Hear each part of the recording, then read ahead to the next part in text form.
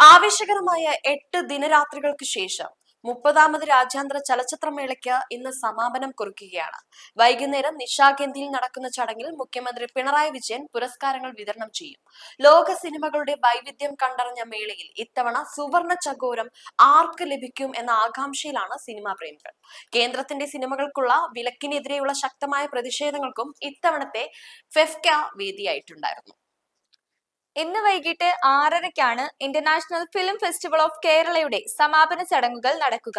മുഖ്യമന്ത്രിയാണ് മുഖ്യ അതിഥിയായി എത്തുക. സമാപന ചടങ്ങിൽ വെച്ചായിരിക്കും IFFKയിലെ മികച്ച ചിത്രങ്ങളെ തിരഞ്ഞെടുക്കുക. സുവർണ ചങ്കോരം അടക്കമുള്ള പുരസ്കാരങ്ങൾ പ്രഖ്യാപിക്കും. എന്തായാലും ഇതുവരെ IFFK ചരിത്രത്തിൽ കണ്ടിട്ടുകൂടിയില്ലാത്ത അസാധാരണപരമായ വിലക്കും മറ്റുമാണ് ഇത്തവണ അവിടെ ഉണ്ടായത്. 19 സിനിമകൾക്കാണ് ആദ്യഘട്ടത്തിൽ വിലക്ക് ഏർപ്പെടുത്തിയിരുന്നത്.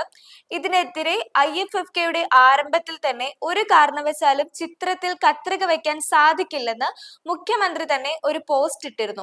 എന്നാൽ അതിനെ മറികടന്നുകൊണ്ട് ഒറ്റയടിക്ക് 6 ചിത്രങ്ങളാണ് പട്ടികയിൽ നിന്നും ഒഴിവാക്കണം എന്നാവശ്യപ്പെട്ടത്. വലിയ രീതിയിലുള്ള പ്രതിഷേധങ്ങൾ നമ്മൾ ഈ 30ാമത്തെ വേദിയിൽ കണ്ടിരുന്നതാണ്. എന്നാൽ അവസാനം ഒരു കീഴടങ്ങൽ കൂടിയാണ് നമ്മൾ ഇതിലൂടെ കണ്ടത്. അടുത്ത തവണ മുതൽ ഇങ്ങനെ ഒരു മേള നടക്കുമോ എന്ന് വരെ മന്ത്രി സജി ചെറിയാൻ ചോദിക്കേണ്ട ഒരു അവസ്ഥ ഉണ്ടായിരുന്നതാണ്. എന്തായാലും വളരെ വിവാദങ്ങൾക്കൊടുവിൽ 2025-ലെ IFFKക്ക് ഇന്നുകൊണ്ട് സമാപനമായിരിക്കുകയാണ്.